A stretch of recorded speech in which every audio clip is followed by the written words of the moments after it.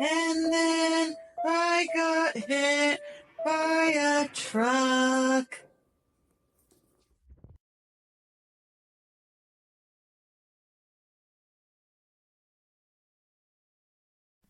For those first 3 weeks, the most important things our family needed was support, simplicity, and privacy. My son needed simple routines and familiar comforts. That meant no new people or surprises suddenly showing up or coming into our life. No new adventures, no exploration. Staying inside and doing things that he had always done was what he needed. He was terrified of going outside and getting hurt or being hit by a car. My husband needed a different kind of support. He needed housing, somebody to help figure out the logistics of our situation, somebody to listen in the least complicated way possible.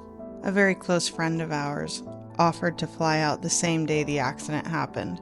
However, things were so complicated, another person would have made it more difficult. And so instead of flying out and being physically present, this person was emotionally present for my husband, which is what he so desperately needed. She reminded him to eat. She reminded him to sleep, to take time for himself.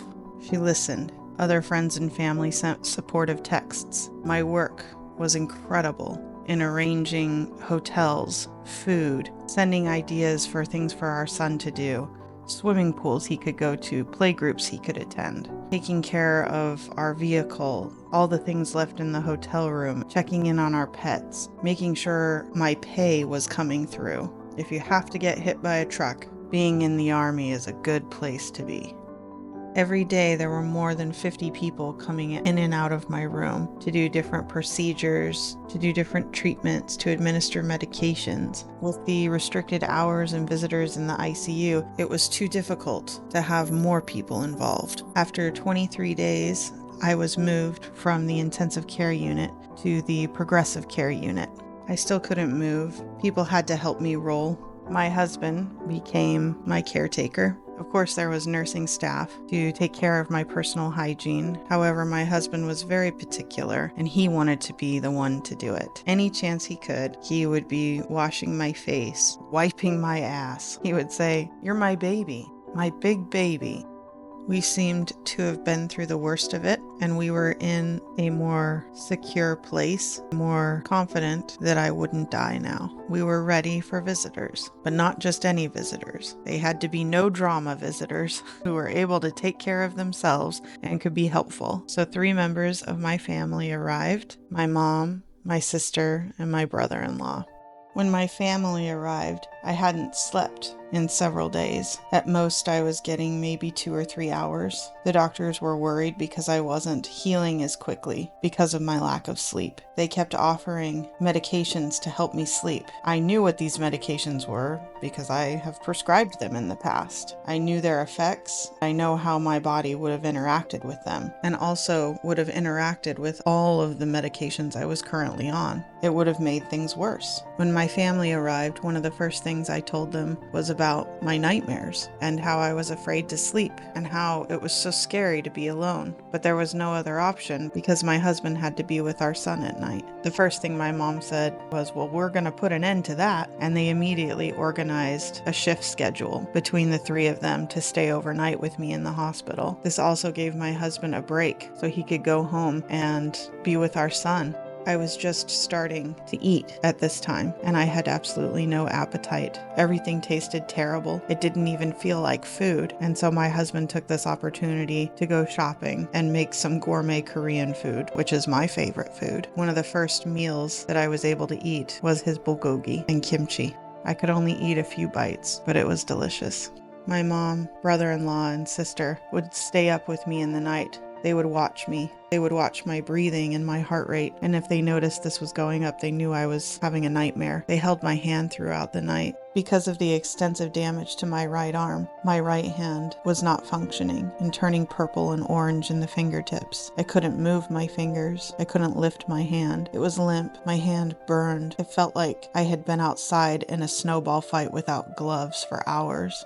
So they would get warm cloths and wrap it constantly. My sister would massage my face. She would pluck my chin hairs. They would cry with me. They would be angry for me when treatments or medications were late. They would advocate for me. I'm sure the nurses were not fond of my sister. She would frequently go up to the nursing station to remind them. We had genuine conversations to the best of my ability, talking about the meaning of life, the meaning of this traumatic event, future plans. My family being close and holding my hand, and the loving physical touch was so wonderful. Medical touch is not loving touch. Medical touch has a purpose. There's a goal to be accomplished. It's very rough. It's fast and sometimes thoughtless. But having somebody touch you with the intention to make you feel better is so different and was so necessary to heal. My family was there for 4 days, and after they left, my nightmares were significantly better.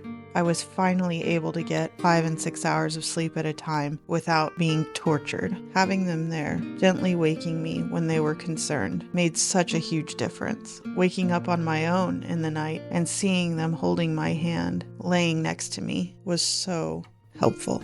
My hair hadn't been washed in almost a month, so my family took it upon themselves to find a way to make it happen. That was one of the best feelings ever. I cried while they washed my hair. Nature has always brought me peace. I had been inside for almost a month. I had a window in my room, but I was desperate to experience fresh air. My family figured out a way to get me into a wheelchair. It took all of them. They were told to take me around the unit, but they knew what I wanted. They found a way to take me out to the entrance where a beautiful flower garden was growing. It was sprinkling rain. I remember feeling the raindrops on my face, feeling so grateful I hadn't died. We can go this way. Oh. Right. Oh, okay. Oh, right. That's how you. Right. I see.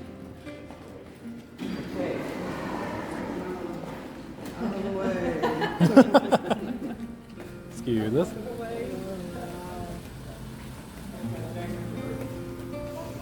Take a deep breath.